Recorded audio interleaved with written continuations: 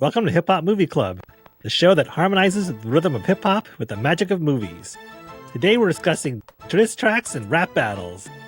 We're three old heads who put their old heads together to vibe on these songs for you.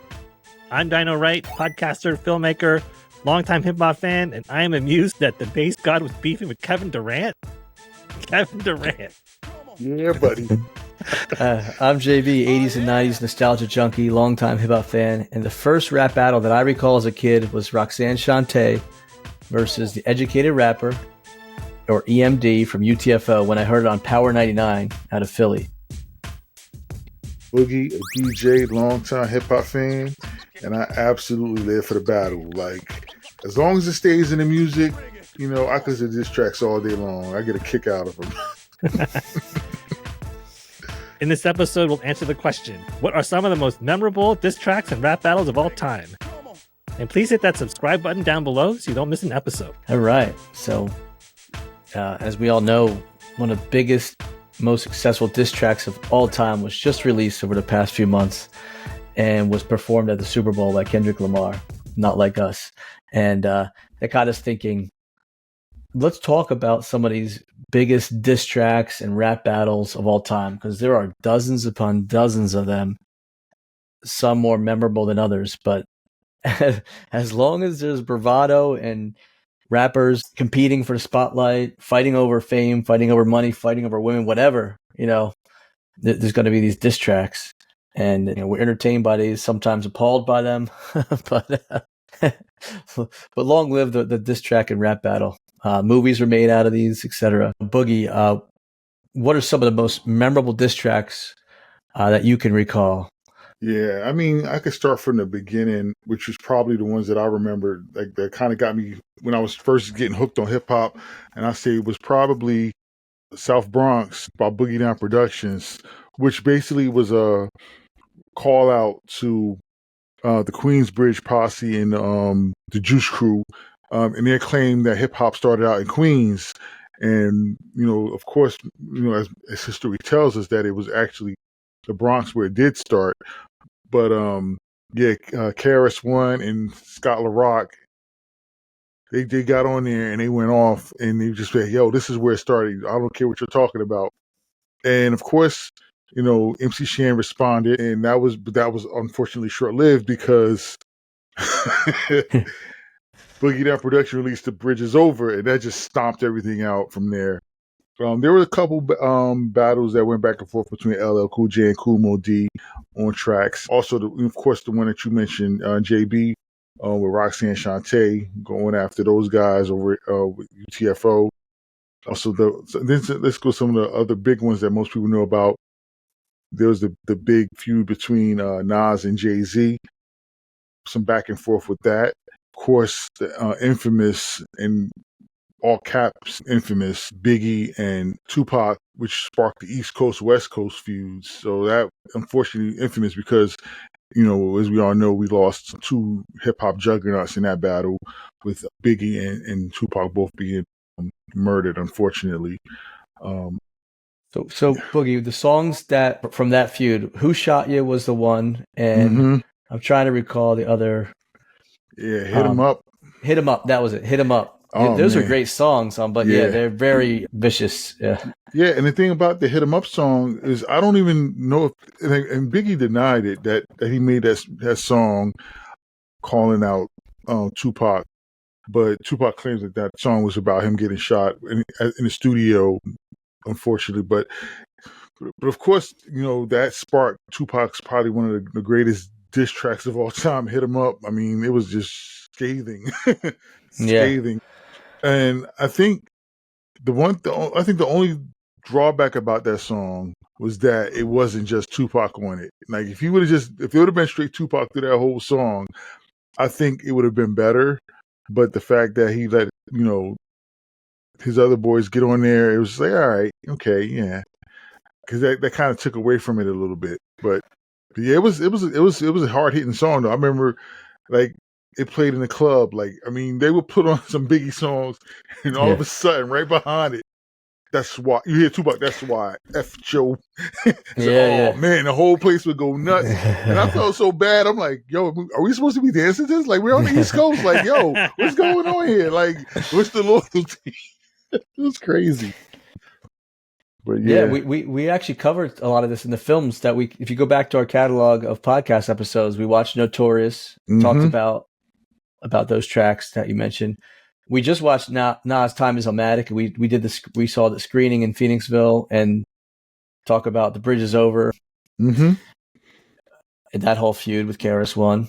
Yeah. And Roxanne Shanté. We watched the Roxanne documentary back on Netflix. So it talks about how that feud with UTFO, and then as we were discussing beforehand, there's multiple versions of that. There was like 6, 7, 8 different tracks. Everybody's trying to jump in and get some airplay over that same beat.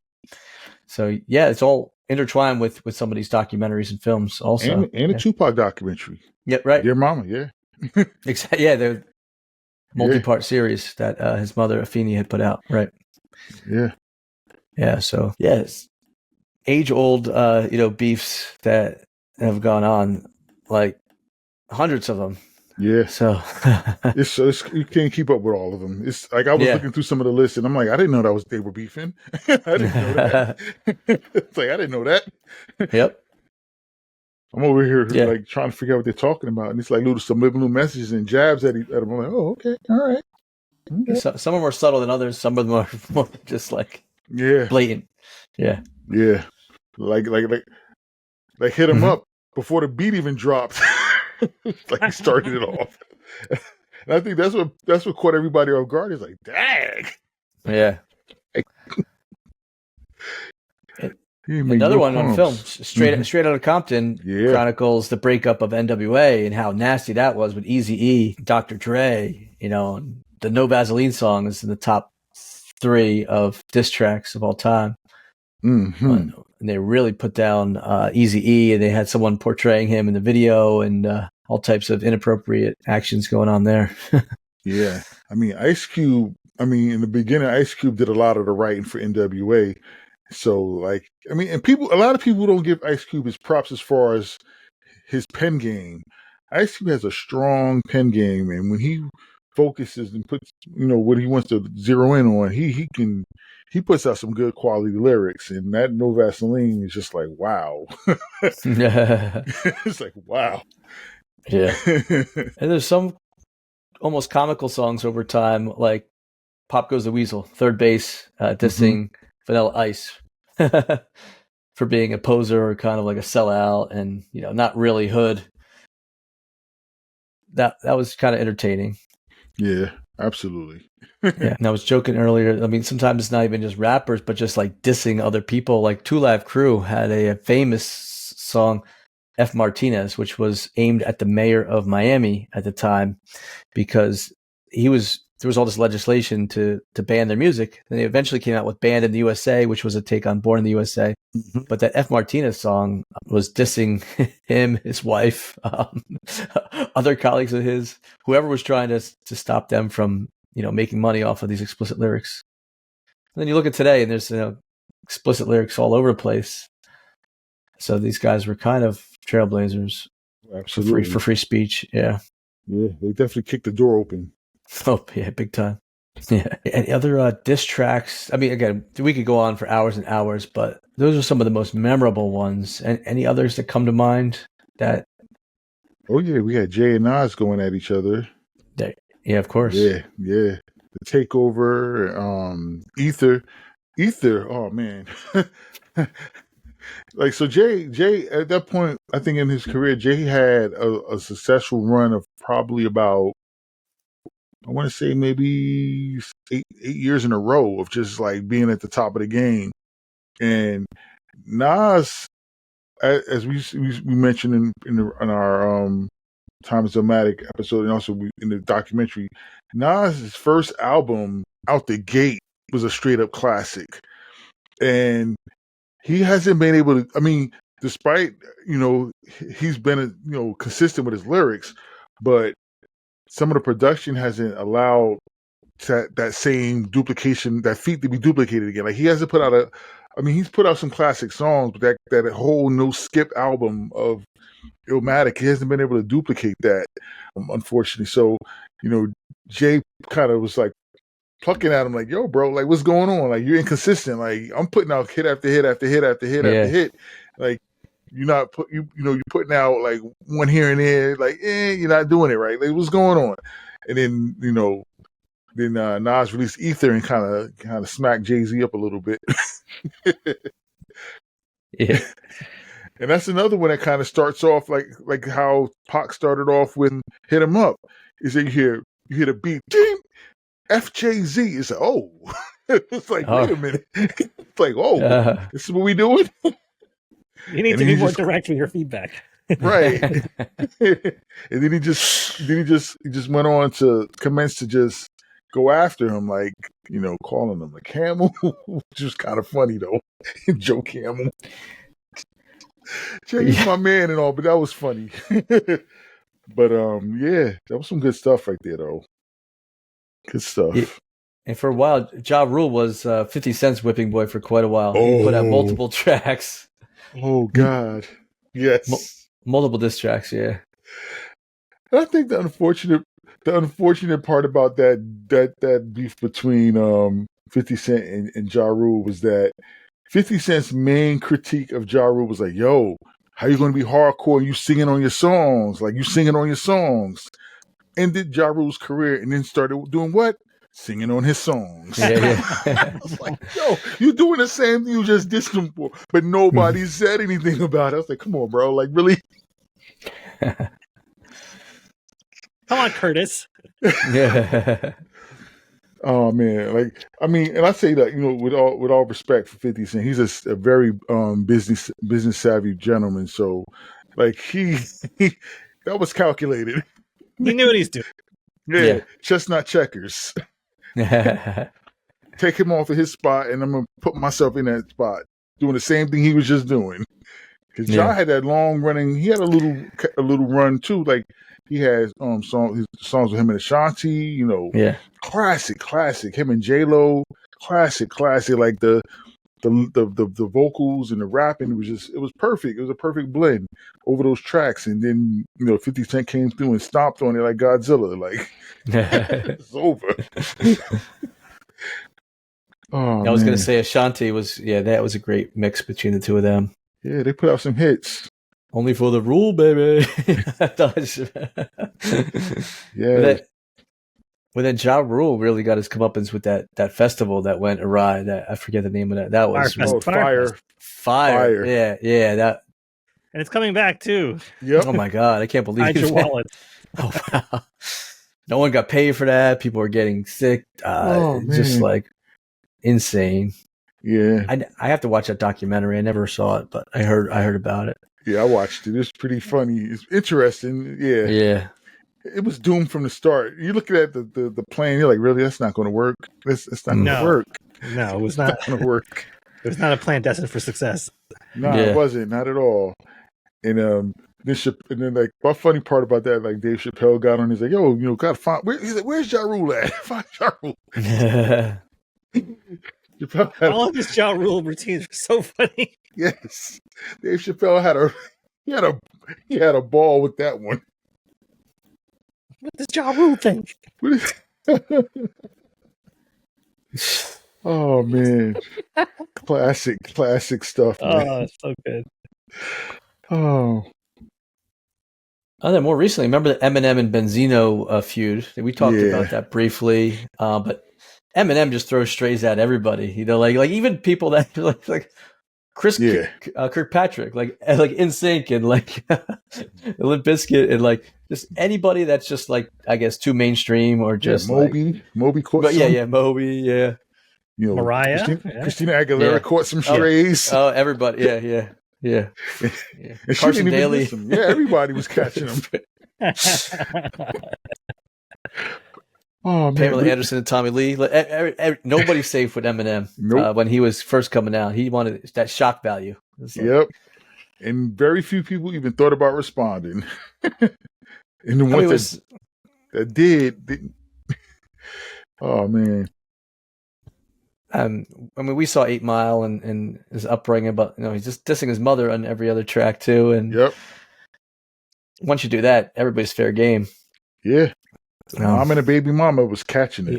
He didn't Oh, have yeah. a filter. No. Yeah, exactly. Yeah, so while we talk about some of the films that also had some big type of rap battles, right away, Eminem, right? Staying on that theme, 8 Mile, the B Rabbit versus Papa Doc, played by Anthony Mackie. That was a classic rap duel where he freezes him up, literally freezes him up. I actually just heard Lose Yourself. I was just driving around before Lose Yourself came on, and it brought me back to the film. But yeah, that was a classic rap battle. I mean, B Rabbit worked his way up.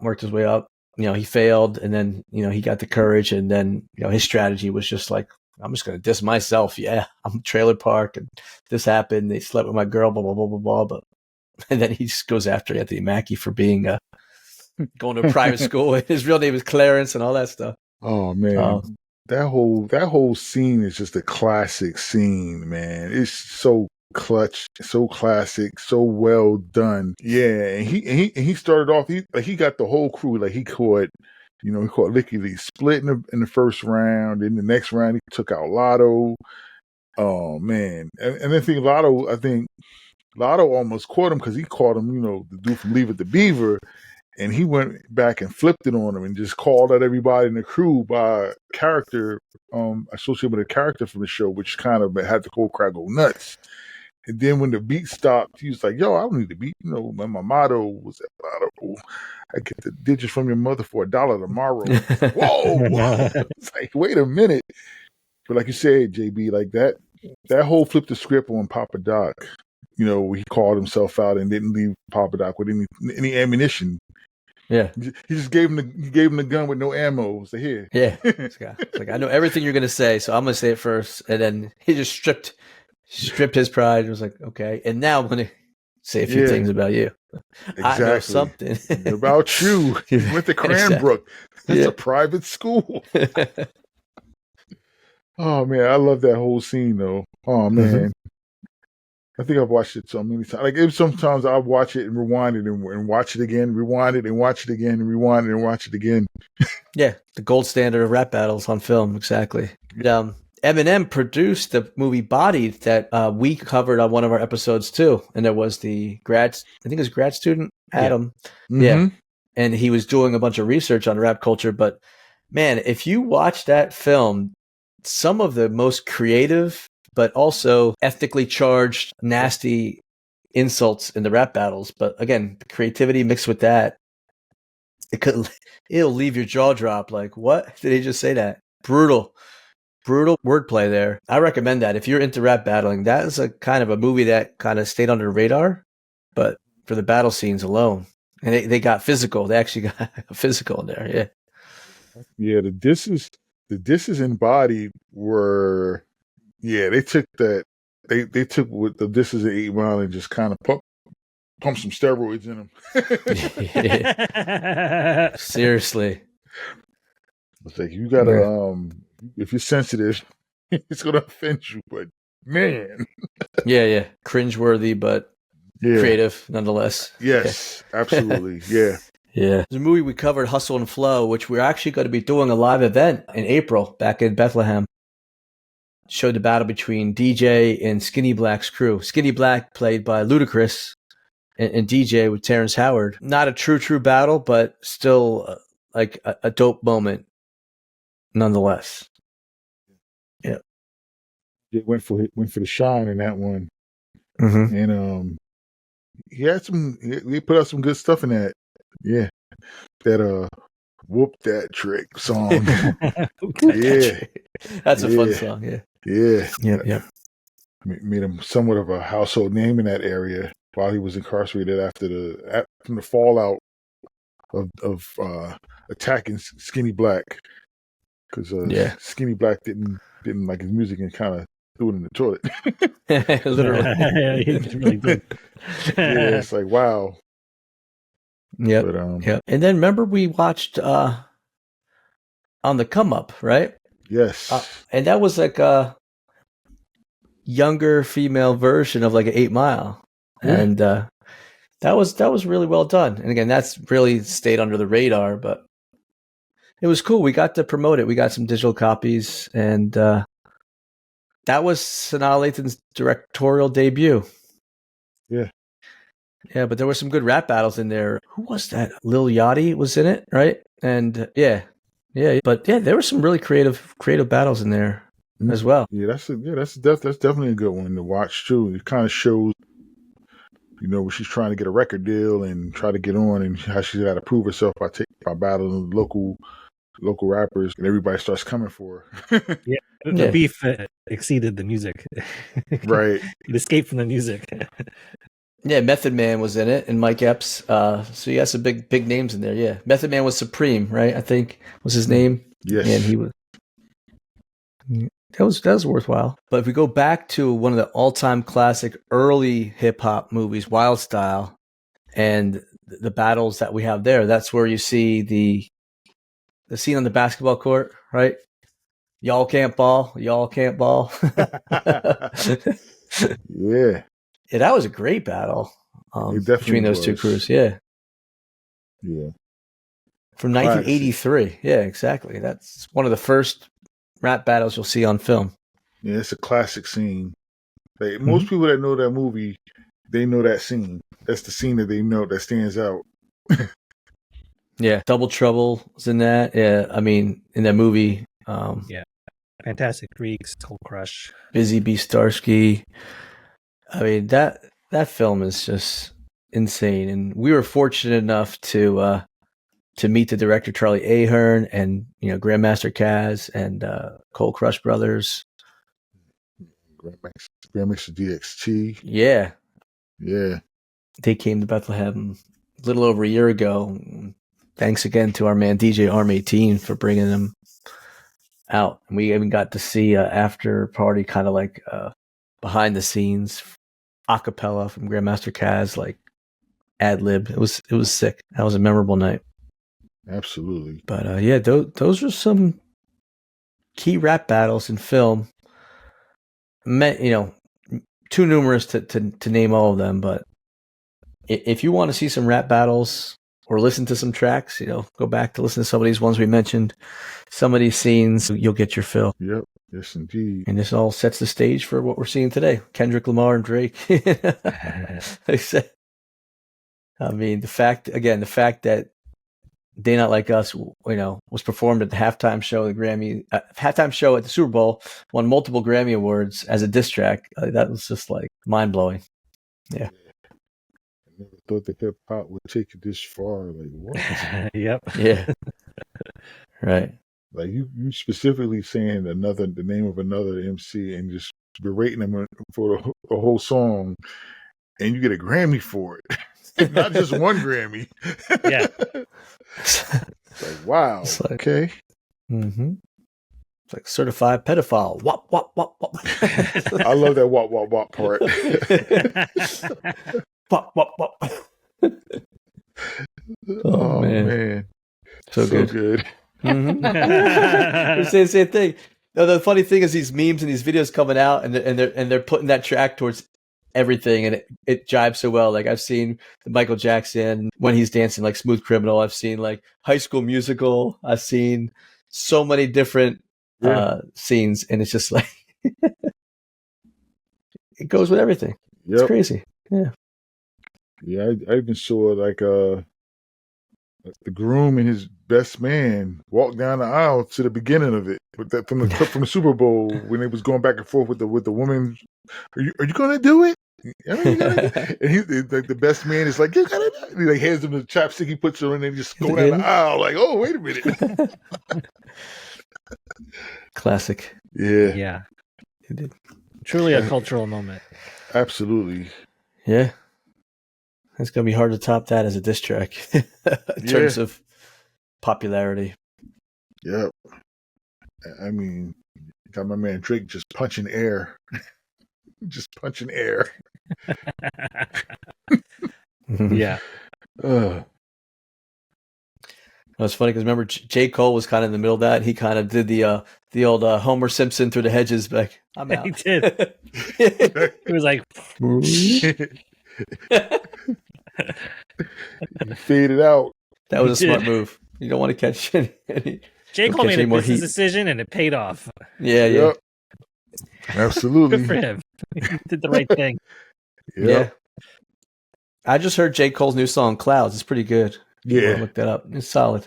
Yeah, it is, man. That's the perfect one. He faded into the bushes like Homer. Oh, that's perfect. Oh, man. Oh man. That's one of my favorite memes or animated GIFs or whatever. It's a great one. It's a great one. Yeah. That and the Michael Jackson popcorn from Thriller. He's just like, I'm just here for the comments. Uh-huh. Oh, it's so good. Those Yep. are two amazing ones. Yeah.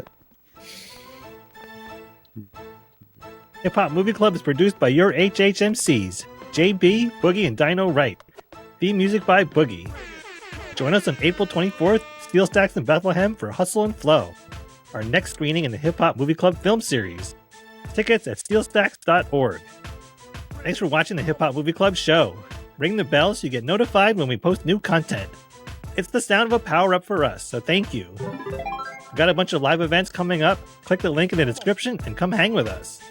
And if you enjoyed this episode, we have more where that came from. Hit that thumbnail that's about to come on the screen. And remember, don't hate. Checkmate. Ooh. That's what you say, man, when you diss and drop the mic. You win, yeah. Yep. Checkmate. I'm out. He's playing me down like he's playing dominoes. Yeah. You know, I never learned how to play chess myself. I never. Really? Yeah, never have. Oh, you should learn. It's not that it's easy to learn. Is it? Hard Okay. to master. Yeah. Easy to learn, hard to master.